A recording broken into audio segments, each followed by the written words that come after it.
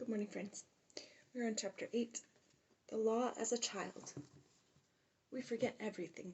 What we remember is not what actually happened, not history, but merely what hackneyed dotted line they have chosen to draw into our memories by incessant hammering. I do not know whether this is a trait common to all mankind, but it is certainly a trait to our people. It is a vexing one. It may have its source in goodness, but it is vexing nonetheless. It makes us an easy prey for liars. Therefore, if they demand that we forget even the public trials, we forget them. The proceedings were open and were reported in our newspapers, but they didn't drill a hole in our brains to make us remember, and so we've forgotten them. Only things repeated on the radio day after day drill holes in the brain. I'm not even talking about young people, since they of course know nothing of all this, but about people who were alive at the time of those trials. Ask any middle-aged person to enumerate the highly publicized open trials.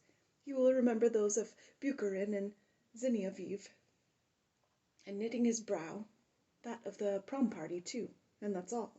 There are no other public trials. Yet in actual fact they began right after the October Revolution. In 1918 quantities of them were taking place in many different tribunals. They were taking place before there were either laws or codes, when the judges had to be guided solely by the requirements of the revolutionary workers and peasants' power. At the same time, they were regarded as blazing their own trail of bold legality. Their detailed history will someday be written by someone, and it's not for us to attempt to include it in our present investigation. However, we cannot do without a brief review.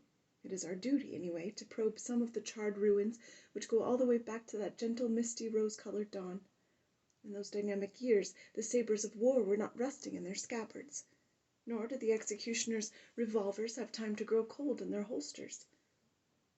Only later on did the custom develop of hiding executions in cellars under cover of night and of shooting the victims in the back of the head. In 1918, the famous Ryazan Chekist Stelmach,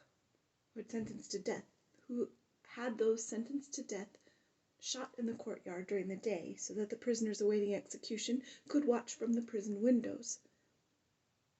There was an official term current then, extrajudicial reprisal, not because there weren't any courts at the time, but because there was the Cheka, because it was more efficient. Certainly there were courts, and they tried and convicted and executed people, but we need to remember that parallel to them and independently of them, extrajudicial reprisal went on at the same time. How can one depict its scale? M. Lotsis, in his popular review of the Cheka's activity, gives us material for only a year and a half, 1918 and half of 19. And for only 20 provinces of central Russia. The figures presented here are far from complete, in part perhaps out of modesty. Those shot by the Cheka without trial bypassing the courts number 8,389 persons. Counter-revolutionary organizations uncovered 412, a fantastic figure in view of our inadequate capacity for organization throughout our history, and also the general isolation of individuals in those years and the general psychological depression.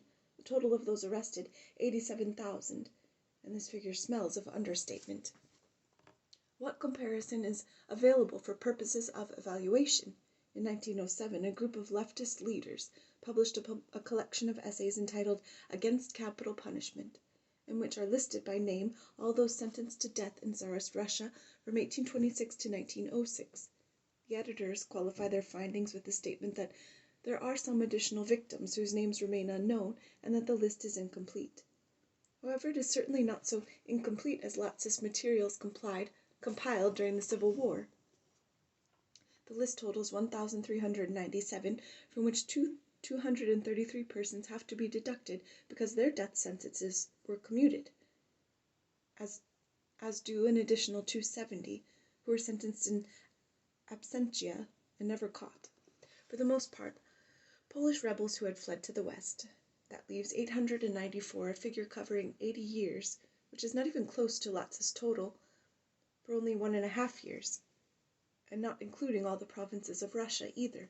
True, the editors of the collection cite another presumed statistic of 1,310 for those sentenced to death, although perhaps not executed, in 1906 alone, and a total of 3,419 for 1826 through 1906. But this, mind you, was right in the midst of the notorious Stolypin reaction, a period for which an additional figure is available: 950 executions over a period of 6 months. In fact, the Stolypin military field tribunals were in existence for 6 months all told. It sounds awful, and yet it does not make such an impression on our hardened nerves. It sounds awful, and yet it does not make much of an impression on our hardened nerves, even if we multiply by 3 this figure of 950 for 6 months. In the post-revolutionary period, we will come up with the fact that the terror after the revolution was at least 3 times more intense than Stolypin's, and that was for just 20 provinces and excluded courts and tribunals. And from November 1917 on, the courts acted on their own, despite all the difficulties at the time. Guiding principles of the criminal law of the RSFSR were issued for their use in 1919.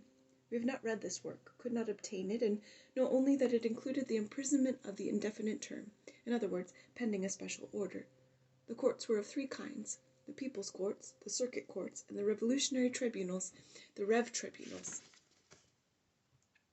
The People's Courts handled ordinary misdemeanors and non-political criminal cases. They were not empowered to impose death sentences, and laughable as it seems, the People's Court could not, in fact, impose sentences exceeding 2 years. Up to July 1918, the heritage of the left SR still endured in our judicial proceedings. Only by special intervention of the government, and only individually, were impermissibly lenient sentences raised to 20 years.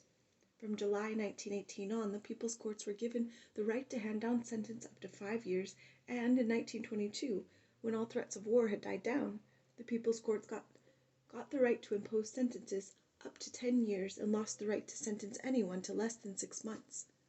From the beginning, the Circuit Courts and the Rev Tribunals had the power to impose the death sentence, but they lost it for a brief period. The Circuit Courts of 1920 and the Rev Tribunals in 1921. There were many tiny ups and downs in this period, which only a historian pursuing all the details of those years would be able to trace. Perhaps that historian will seek out the documents and unroll for us the scroll of tribunal sentences and also the statistics. Though probably not. Whatever time and events failed to destroy was destroyed by persons interested in having such material disappear. We only know that the Rev Tribunals were not asleep. They were handing down sentences left and right, and we know too that every time a city was captured during the Civil War, the event was marked not only by gun smoke, but by courtyards of the Cheka, but also by sleepless sessions of the tribunal. And you did not have to be a white officer, a senator, a landowner, a monk, a cadet, an hussar, or an anarchist in order to get your bullet. Soft, white, uncalloused hands alone were sufficient in those years. But one can also hazard the guess that Izhevsk, or Vatkinsk, Yaroslavl, or Murim, Kozlov, or Tambov, the uprisings were very costly as well to those who had calloused workers' hands. And if those scrolls of both the extrajudicial judicial executions and those by tribunal were unrolled for us some day, the most surprising thing will be the number of ordinary peasants we find on them, because there was no end to the number of peasant uprisings and revolts in 1918 to 21. Even though they did not adorn the colored pages of the official history of the Civil War, and even though no one photographed them, and no one filmed motion pictures of those furious crowds attacking machine guns with clubs, pitchforks, and axes, and later lined up for execution with their arms tied behind their backs, 10 for 1. The revolt in Sapozok is remembered only in Sapozok, the one in Petalino only in Petalino. We learn from Latzis the number of peasant rebellions that were suppressed during that same year and a half in 20 provinces, 344. From 1918 on, peasant revolts were already being called Gulag revolts, for how could the peasants revolt against the workers and peasants' power? But how then could one explain that in every instance it was not just 3 peasant huts that revolted, but the whole village? Why did the masses of poor peasants not kill the insurgent kulaks with those same pitchforks and axes, instead of marching with them against the machine guns? Latzis claims the kulaks compelled the rest of the peasants to take part in these revolts by promises, slander, and threats. But what could have been more laden with promises than the slogans of the committees of the poor? And what could have been more loaded with threats than the machine guns of the special purpose detachments, the CHON?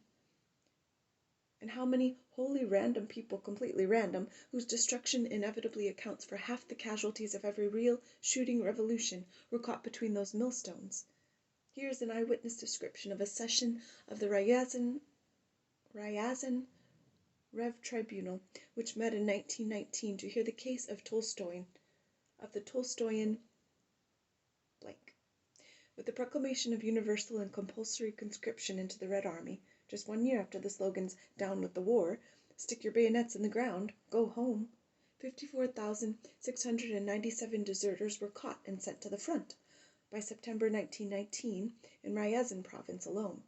And how many others were shot on the spot as examples? Blank was not a deserter at all, but a man who simply and openly refused to enter military service because of his religious convictions. He was conscripted by main force, and in the barracks he refused to take up arms or undergo training. The enraged political commissar of the unit turned him over to the Cheka, saying he does not recognize the Soviet government. There was an interrogation. 3 Chekas sat behind the desk, each with a Naguin revolver in front of him. "We have seen heroes like you before. You'll be on your knees to us in a minute. Either agree to fight immediately, or we'll shoot you." But Blank was firm. He couldn't fight. He was a believer in free Christianity, and his case was sent to the Rev Tribunal. It was an open session with 100 spectators in the hall. There was a polite elderly defense lawyer, the learned accuser — the term prosecutor was forbidden until 1922 — was Nikolaevsky, another old jurist. One of the members of the Rev Tribunal, a juror, tried to elicit the views of the accused. "How can you, a representative of the working people, share the opinions of the aristocrat Count Tolstoy?" But the presiding judge interrupted the questioning and refused to permit it to continue. There was a quarrel. Juror: "You do not want to kill people, and you try to persuade others to refrain from killing. But the whites began the war, and you are preventing us from defending ourselves. We will send you to Kolchak, and you can preach your non-resistance there." "I will go wherever you send me." Accuser: "This tribunal is not supposed to concern itself with nondescript criminal actions, but only with those which are counter-revolutionary. In view of the nature of this crime, I demand that the case be turned over to the People's Court." Presiding judge: "Ha! Actions! What a pettifogger you are! You are guided not by the laws, but by our revolutionary conscience." Accuser: "I insist that you include my demand in the record." Defense attorney: "I support the accuser. The case should be heard in an ordinary court." Presiding judge: "There's an old fool for you. Where did they manage to find him?" Defense attorney: "I have been a practicing lawyer for 40 years, and this is the first time I have heard such an insult. Enter it in the record." Presiding judge, laughing: "We'll enter it, we'll enter it." Laughter in the hall. The court exits in order to confer. The sounds of the noisy argument come from the conference room. They return with the sentence: "To be shot." Loud indignation in the hall. Accuser: "I protest against the sentence, and will complain to the Commissariat of Justice." Defense lawyer: "I join my voice to that of the accuser." Presiding judge: "Clear the hall." The convoy came and led Blank to jail, saying to him: "If everyone was like you, brother, how good it would be! There would be no war, and no whites and no reds." They went back to the barracks and called a Red Army meeting. It condemned the sentence and sent a protest to Moscow. In daily expectation of death, he waited for 37 days, while from the prison window he watched executions taking place. They commuted his sentence to 15 years of strict detention. This is an instructive example. Although revolutionary legality won a partial victory, how enormous an effort it required on the part of the presiding judge. How much disorganization, lack of discipline, lack of political consciousness there still was. The prosecution still stood firmly with the defense. The convoy guards stuck their noses into something that wasn't their business in order to send off a protest. The dictatorship of the proletariat and the new kind of court was not having things easy by any means. Of course, not all the sessions were anything like so turbulent. But this wasn't the only one of its kind. How many years it would take to reveal, direct, and confirm the necessary line until the defense would stand as one of the prosecution and the court, and the accused would be in agreement with them too, and all the resolutions of the workers as well. To pursue this enterprise of many years' duration is the rewarding task of the historian. As for us, how are we to make our way through that rosy mist? Whom are we to ask about it? Those who are shot aren't talking, and neither are those who have been scattered to the four winds. Even if the defendants and the lawyers and the guards and the spectators who have survived, no one will allow us to seek them out. Evidently, the only help we will get is from the prosecution. Have a good day, friends.